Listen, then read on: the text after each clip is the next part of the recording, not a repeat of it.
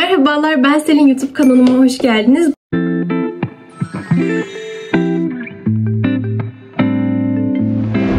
Hoş geldiniz. Bugün sizlerle yepyeni bir videoya başlıyoruz. Bugünkü videomuzun konusu ne diye sorarsanız, hazırlık atlama sınavı nasıl geçilir?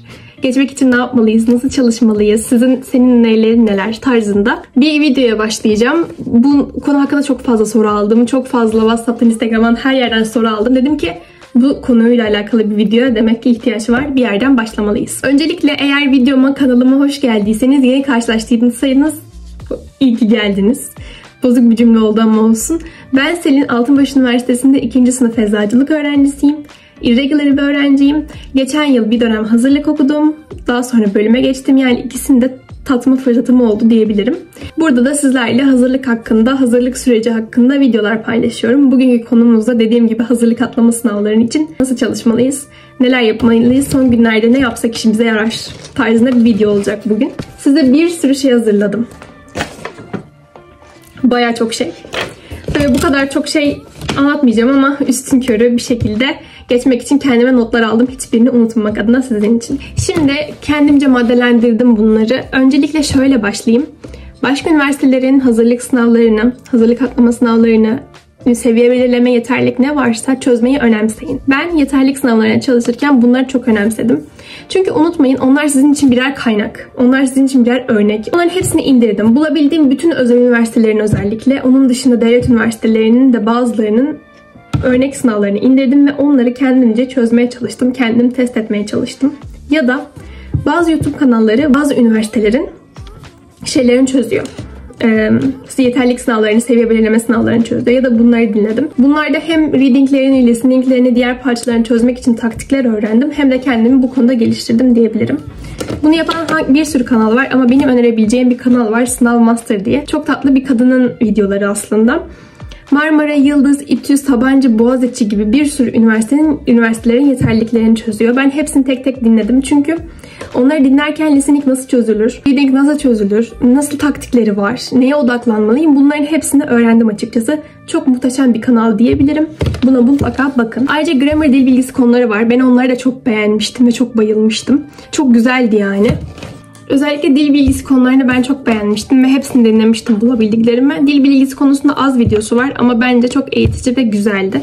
Güzel anlatan videolardı. Onun dışında kanalda hazırlık sınavı öncesinde ne yapmalıyız, taktikler ya da hazırlık sınavı öncesinde nasıl kendimizi sakinleştirebiliriz tarzında güzel videolar da var. Onların da hepsini izlemiştim. Bence çok yararlı bir kanal. İkinci kanalımız Test Atölyesi. Test Atölyesi'ni ben yıl içinde özellikle çok kullandım. Dil bilgisi için bence video dinlemek yerine, konu anlatımı dinlemek yerine, zaten çünkü konu anlatımını okulda dinliyorsunuz. Konu anlatımı yerine soru çözümü çok önemli bana kalırsa dil bilgisi adına. O yüzden ben dil bilgisi için soru çözüm videoları izlemiştim. Onlar Test Atölyesi'nin YouTube kanalının çok tatlı ve çok güzeldi. Şimdi onun dışında writing çalışmaları vardı. Writing çalışmalarını dinliyordum. Çok tatlı bir kadın eşliğindeydi bu videolarda. Writing çalışmalarına ne yapıyorlardı? Şöyleydi aslında. Belli bir konu üzerine Türkçe bir yazı var. Türkçe bir yazıyı İngilizceye çevirmeye çalışıyor hoca ama bu sizin kurma bilginizi geliştiriyor. O yüzden bunu da çok yararlı bulmuştum ve writing çalışmaları serisini ben Test Atölyesi kanalını izlemiştim. Bunun dışında grammar soru çözümleri çok iyiydi. Dil bilgisi soru çözümleri adına. Dediğim gibi dil bilgisi soru çözümleri dinlemek bence çok daha mantıklı konu anlatımındansa. Sizi geliştiriyor çünkü soru çözümleri gördükçe daha çok konuya hakim oluyorsunuz. Bunun dışında Touch Dil Okulları diye bir kanal var. Bunda da ben dil bilgisi soru çözümleri dinlemiştim. Dediğim gibi dil bilgisi soru çözümlerine ne bulduysam dinlemişim yani. Bu da çok yararlıydı. Diğer bir kanalımız Hüseyin Demirtaş ile İngilizce. Burada writing reading taktikleri veriliyor. Hazırlık atlama sınavında writing reading bilgilerimizi nasıl geliştirebiliriz? Ya da hazırlık atlama sınavı nedir? Hazırlık atlama sınavı bizden ne ister? Bununla alakalı bir kanal ve ben çok memnun kalmıştım. Çok güzeldi bence. Bu da benim ilk bulduğum kanallardan biriydi açıkçası. Hazırlık adına. Diğer bir kanalımız Kanadalı Hoca. Kanadalı Hoca kanalında da ODTÜ ve Boğaziçi'nin hazırlık atlama sınavları, proficiency sınavlarının çözümleri var. Onları dinlemiştim. Ben dediğim gibi böyle hazırlık atlama sınavlarının çözümlerini dinlemekten çok hoşlanıyordum. Bence çok eğiticiler. Onun dışında reading pratikleri var. Her seviyeye göre ayrıydı. Reading pratikler serisi var. Mesela A1'ler için farklı, A2 seviyesi, B1, B2 seviyesi için hepsi için farklı. okuma partisi pratikleri yapıyordu. Bence bu da çok etkiliydi. Bir de ayrıca Kanadalı hocanın Nasıl İngilizce Çalışırım diye bir serisi var. Burada part part reading nasıl çalışılır, writing nasıl çalışılır, speaking nasıl geliştiririm tarzında bir sürü her detayını anlatıyor açıkçası. Bu da benim içime çok yaramıştı. Ben bu seriyi de izlemiştim. Onun dışında Yusuf İhsan Kurt. Bu kanalda benim şu konuda çok işime yaramıştı. Note taking listening çalışmalarını yapmaya çalışırken, note taking listening ne? Bunu anlamaya çalışırken benim işime çok yaramıştı. Onun videoları, dediğim gibi bu listening nasıl çalışılır, reading, writing, yine bunun hakkında bilgi veren çok iyi bir kanal. Aslında kanalın amacı TOEFL sınavlarına hazırlamak sizi. Ama ben çok etkilenmiştim. Çok yararlı bulmuştum yani bu kanalı. Bu kanalı da dinledim. Çok yararlı ve eğiticiydi. Kaç Dil Okulu'nda bu arada Ece Hoca ile dil bilgisi soru çözümlerini izlemiştim. Çok tatlıydı, çok yararlıydı. Şimdi YouTube kanallarını geçtiğimize göre sıra geldim neylere? Dil bilgisi konu tekrarına. Şimdi dil bilgisi konuları adına belli konular çok önemli sınavda. Ben geçmiş sınavlardaki, yani diğer üniversitelerin sınavlarında ve Altınbaş'ın önemsediği bazı dil bilgili konularını çıkarttım sizlere. Bunun hakkında bunları size sıralayacağım. Hangilerine daha çok önem verirseniz sınavda en azından dil bilgisi konularını yapmış olursunuz. Gözünüz kapalı. Çünkü biliyorsunuz ki reading kısmı birazcık şans işi. Bilmediğiniz kelimeler olduğunda soruları anlayıp rahatça çözmeniz biraz zorlaşıyor. Bu bir gerçek. Bildiğiniz konular, kelimelerden oluşan bir parçaysa çok rahat bir şekilde çözebiliyorsunuz. Ama yoksa sıkıntı çıkıyor. Listening'de de tamamen şans. Kolay listeningler gelirse ya da anlayabileceğiniz listeningler gelirse, o an için odaklanabilirseniz listening kısmını da yapabiliyorsunuz.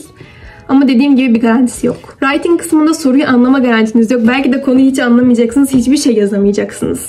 Ama dil bilgisi kısmını biliyorsanız kaçırmazsınız.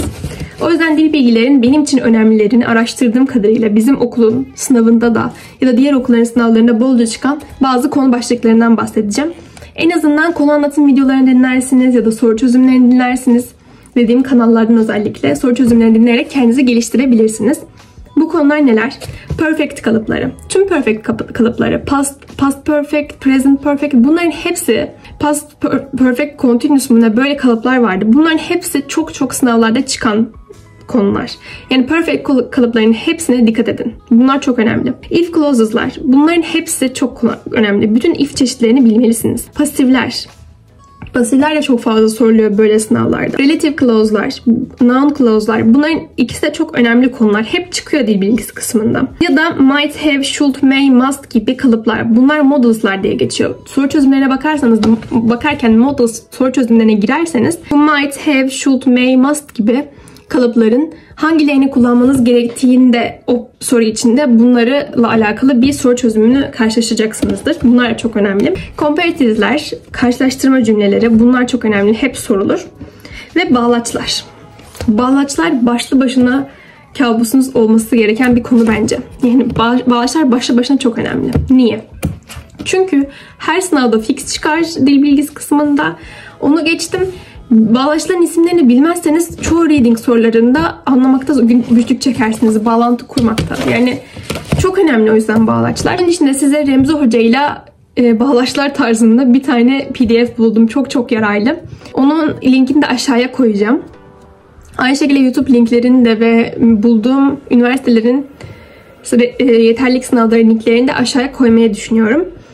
Ne kadar sığacak bilmiyorum. Çünkü bunun 5000'i kadar bir karakter sınırı var ama yani açıklama kısmında, ama yine de koymaya çalışırım. En kötü videonun sonuna koyarım diye düşünüyorum en azından YouTube isimlerini. Şimdi bağlaçlar içinde şöyle bir liste yaptım. Bağlaçlarda eş anlamlarını bilmenizin önemli olduğunu unutmayın. Bağlaçların eş anlamlarıyla ezberlerseniz, yani bir anlama gelen bir sürü bağlacı ezberlerseniz daha rahat edersiniz. Mesela oldo'ya rağmen demek. Oldo'nun eş anlamlarını bilmeniz gerekiyor. Mesela ne? Even though, despite. Bunlar önemliler. Çünkü bunları hep gördüğünüzde aklınıza rağmen gelmeli. Bağlaçlar çok önemli, kesinlikle çıkar. Çünkü meanwhile. Meanwhile bu arada demek. Bunun eş anlamlısı ne? By the way. Bunların hepsi de size atacağım PDF'te var. Böyle bir sürü örnek var. Buraya not aldığımızı söylemek için. So mesela bu yüzden demek. Onun that is why ve therefore gibi eş anlamları var. Hepsi var dediğim gibi. Ya da mesela moreover, dahası demek. additionally, also, furthermore, what is more, in addition gibi bir sürü eş anlamlıları var.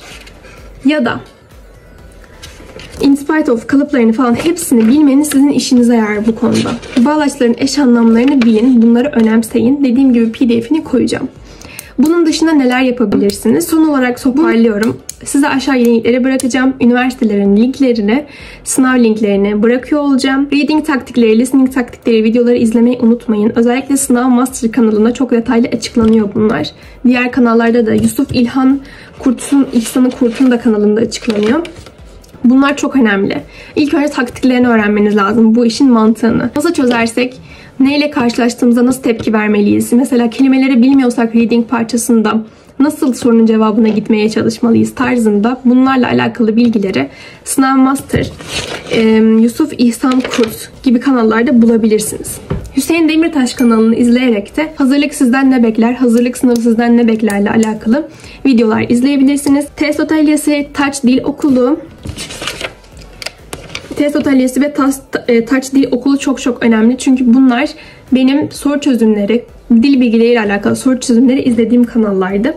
Kesinlikle çok yararını gördüm. Ayrıca son olarak da dediğim gibi dil bilgisi konularına yüklenmeyi unutmayın. Onun da listesini, yani grammar en çok karşınıza çıkan, sınavlarda en çok olan konuların dil bilgisi listelerinde şöyle sıralayacağım videonun yanına.